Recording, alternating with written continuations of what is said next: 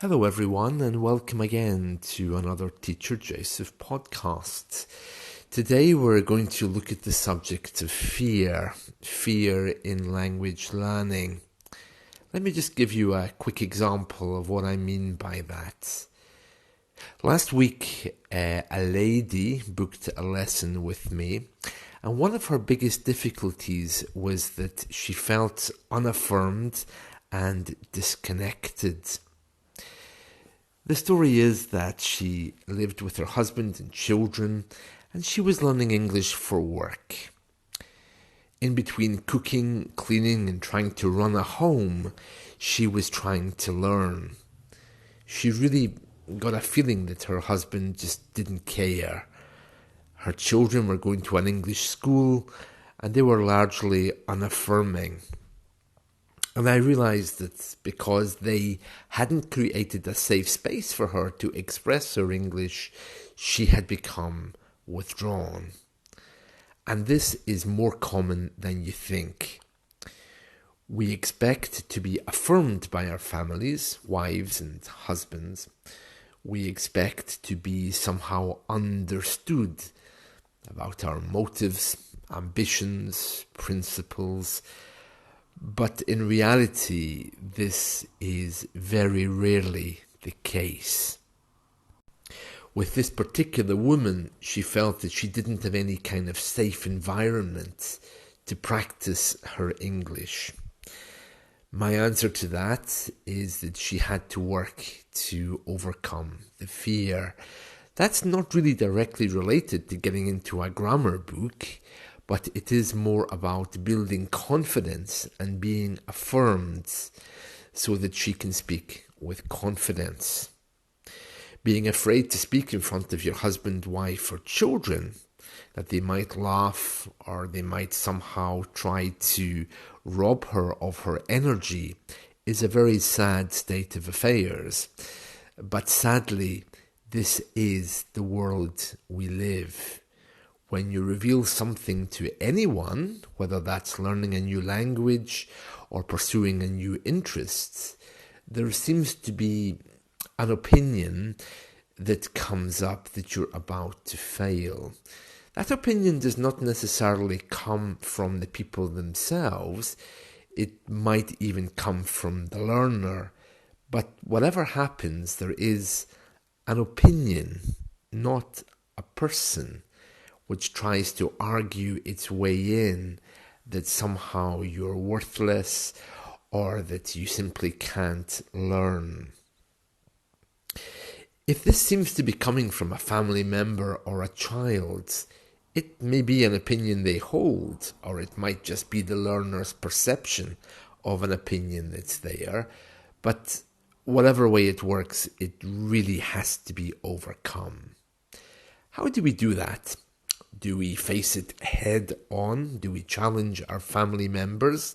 Don't you trust me? Don't you like my motive? Don't you like my ambition because you haven't mentioned it and you're not giving me space to study? Well, you could do that. But if the problem is an opinion rather than a person, then it would be very foolish to try to challenge the person. Because the opinion there can be worked with, but the person often can't. So, one good way of getting over these things is to try to find a language exchange partner. Language exchange partners are wonderful things. They can open up doorways, allow you free speech to say whatever you want in the language you want, and usually end up becoming very good friends. Language exchange partners can offer you freedom to express yourself, to make mistakes, without worrying about being laughed at, ignored, or maybe that opinion we mentioned earlier which comes up, which somehow says that you're going to fail. Sounds idyllic, doesn't it? But where do we find those language exchange partners? Well, we can find them in different places. Italki has a special tag for language exchange partners in their community section, and there's a whole host of other apps as well.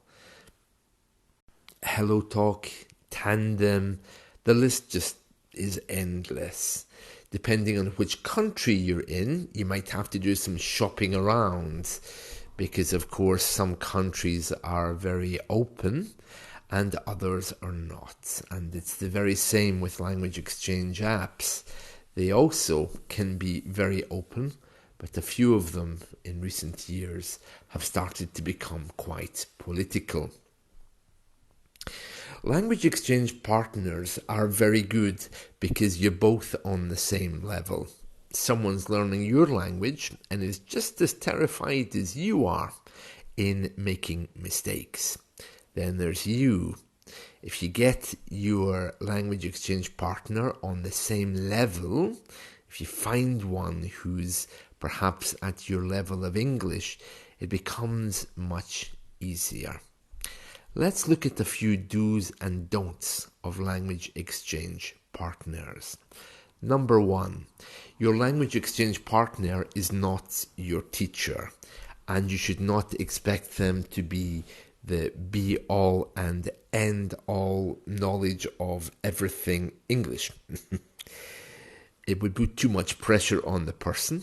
You may even have the person running around trying to find grammar rules for you, but that's not their job. It should be free-flowing. And if there are any problems with exchanging languages, it's up to you to go away and find more information. It's up to you to perhaps reduce the conversation to something a little bit more basic. And it's even up to you maybe just to decide to practice reading if you think that the person isn't really connecting well with you. The second most important thing in a language exchange is try as much as you can to avoid personality. What I mean by that is we all know how to say I have a dog, I have a brother and sister, I have a wife, and I have a husband. You want to get away from that. Not only because of language learning, but it's a little bit restrictive. And you also, if you're talking to someone new, you don't really know what they're looking for. So if you go to a site, for example, like esldiscussions.com, you'll find a whole list of questions that take you out of your own personality to discuss different topics. Number 3, tell them exactly what you want. There are a few very strong personalities out there, and if you're not careful, you're going to be led into some kind of discussion that either you don't like, you don't want, maybe about politics, about religion, about other things. Don't be afraid to simply say no. Sorry, but this kind of conversation is not for me. Let's move on. There's many people out there just waiting to be your language exchange partner. Let's look at what we have so far. So the first point in language exchange is don't expect them to be God. Another thing is try to avoid personality as much as you can. There's other things that you have to think about as well. One of those is who your ideal partner is.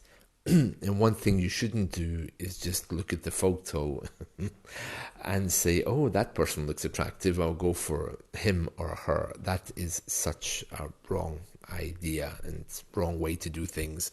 So you really need to get to know the person by exchanging a few text messages first on social media, and then you can decide. The next thing I would say is make sure that the person that you are talking to is the same gender. And I say that because it just makes things easier. There's no love interests there. There's no hormones happening and there's no confusion.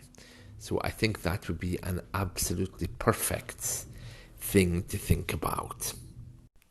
Of course, the exception to that would be if you're a member of the LGBT community, then go for someone of the opposite sex. You want to do what you can to make sure there's no real kind of romantic involvement, and of course to make sure that there's no mystery. You want to be completely upfront. The next thing that you need to be aware of is make sure that you don't judge the person based on cultural things. Oh my God, you're French, you eat snails, ew, you disgust me. You know, you don't want to be doing something like that. Another one, well, I'm not going to go through stereotypes, but you really don't want to be putting people in a box and making that an excuse to walk away. There's plenty of things in the English-speaking world that are just plain odd and strange, and as you discover them, I certainly hope that you won't judge us on that. Do not expect your language exchange partner to give you theory, okay? They're not a teacher. They're not there to be some walking, talking encyclopedia. They're not God, as I mentioned before. So you need to simply keep this to correcting mistakes. That's the whole point. It's to give you a point of reference to practice speaking. But if you reduce that down to, oh, but that isn't the present perfect. Oh, but that isn't how things are done in my country. Oh, but in everything, and I'm different in everything, and what's the grammar rule for that? You're not going to get very far. Start a discussion, let the person correct you, but if you're going to get lost in grammar rules, there's no point. Maybe you should choose a language exchange partner then who's either a teacher or a linguist, who'll be happy to have those kinds of discussions with you. Just enjoy the moment. Talk about the weather, talk about life, talk about things. Have a list of things you want to talk about before you go, and those things should never include grammar or technical bits of language. See it as a conversation with a friend. Do you remember when we were at school? Well, I don't know about you, but we had to learn French, and the conversation was always a French guy on a tape saying, "Où est la gare?"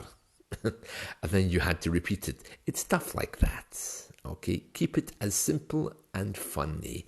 The funnier you can make it, the easier it is to practice. Laughter is wonderful and always helps you to remember things. So jokes are also very, very good. Well, I hope this has been helpful, and let's catch up again soon. Good luck with finding your language exchange partner.